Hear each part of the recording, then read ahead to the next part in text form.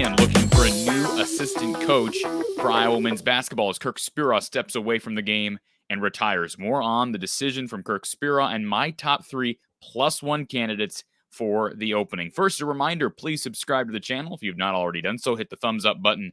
Helps this channel to grow and helps our sponsors. And speaking of sponsors, I want to thank Randy Engel over at Under the Kitchen. Visit Under the Kitchen on Facebook for authentic Hawkeye player artwork. I noticed the other day Riley Moss stopped by the man cave down there in Mitchellville to sign some prints. This is beautiful work, folks. If you've not already done so, check out Under the Kitchen on Facebook. A perfect gift for you or your fellow Hawkeyes. Again, that's Under the Kitchen on Facebook. Under the Kitchen on Facebook. So, the big news today, Kirk Speraw announces his retirement effective end of June. Big news for Iowa. We know Iowa already lost Billy Taylor this offseason as he heads to Elon to be the head coach there. Congratulations to Billy and congratulations to Kirk Speraw. Very successful career. Was a head coach down in Florida for quite some time at a pretty high level. And he walks away with a really good reputation here. I mean, a lot of players expressing their gratitude to him on Twitter today, including the likes of Aaron White, even Austin Ash brought him up on Twitter. He is a guy who's liked around the Iowa City community. I can tell you, people who I've talked to today about this decision who know Kirk Speraw personally have said he's a great person, a great man. And certainly the fact that he was a former Hawkeye, I think, helped the cause. Credit to Fran McCaffrey for hiring him. We know Lute Olson kind of got him started, but this is tremendous, tremendous heritage that Kirk Speraw not walking away from, but certainly leaving behind. Congratulations to Kirk. Enjoy some golf and certainly some work to do to replace a vet like Kirk Speraw. So who does Iowa turn to replace Kirk Speraw? I've got 3+1 candidates. So 4 candidates total. My main 3 plus kind of a dark horse, maybe more of a wish list candidate. We start at the top. And if you watch, by the way, if you watch my top 3+1 candidates to replace Billy Taylor, a month or two ago, these candidates will not surprise you. The one may. Number 1 on my list would have to be Matt Gatens right now. And yes, he's a former player of Fran McCaffrey and a former player of Todd Licklider, but Matt has had a lot of success at Drake. And to me, he's the obvious choice. Now, I've been wrong before. I remember bringing his name up earlier when Andrew Francis left for the West Coast, and Fran ended up bringing in Billy Taylor. I had no problem with that. Billy Taylor, certainly a success as well.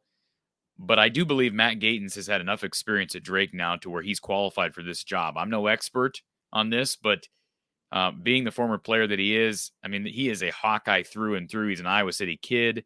He is as respected of a player as I know in the Iowa program ever. I mean, he is just a really class act. He is an absolute class act, and certainly has had a lot of success at Drake. Drake's been terrific. Now, you got to give DeVries credit, but Gatens has to receive some of that credit, and perhaps him leaving would open up a spot for a guy like Brady Ellingson, who's been on staff there at Drake, to maybe be hired as an assistant coach. But the item at hand here is the Iowa opening, and I certainly think Matt Gatens would qualify to fill it. Number 2 would be Dean Oliver. I don't know that Dean Oliver would want to come to Iowa. He's had such a long tenure now, quite a long tenure at Wisconsin. Not saying he wouldn't want to come back to his alma mater, but who knows? I mean, Wisconsin certainly has had more success, March success in the tournament than Iowa has.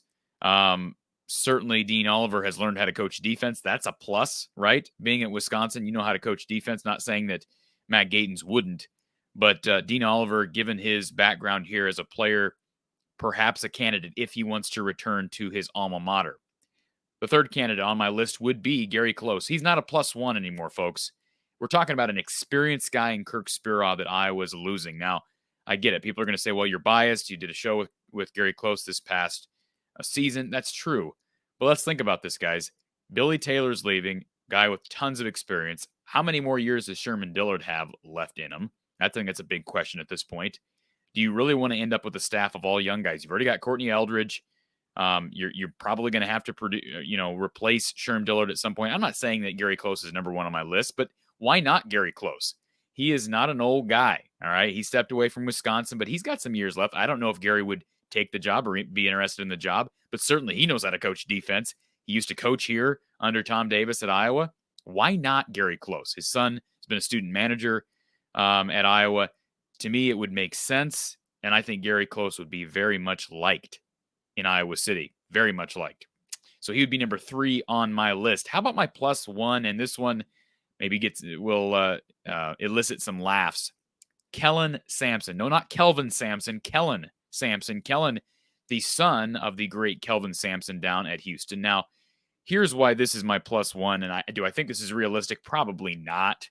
It's widely thought that Kellen will take over for his dad when Kelvin decides to retire. When that is coming, I don't know. Is that coming soon? I wouldn't be surprised if we hear over the coming months that Kelvin's leaving. If that's the case, then certainly Kellen would be the number 1 choice to replace him there at Houston. But is it a possibility that Kellen may want to go somewhere else to coach? Certainly Iowa competing in the Big Ten would be a plus, although Houston, we know, moving to the Big 12. The bottom line is, if it's a shoo-in that Kellen is going to be the next head coach at Houston, I don't think there's any chance he would take an assistant coaching job at Iowa.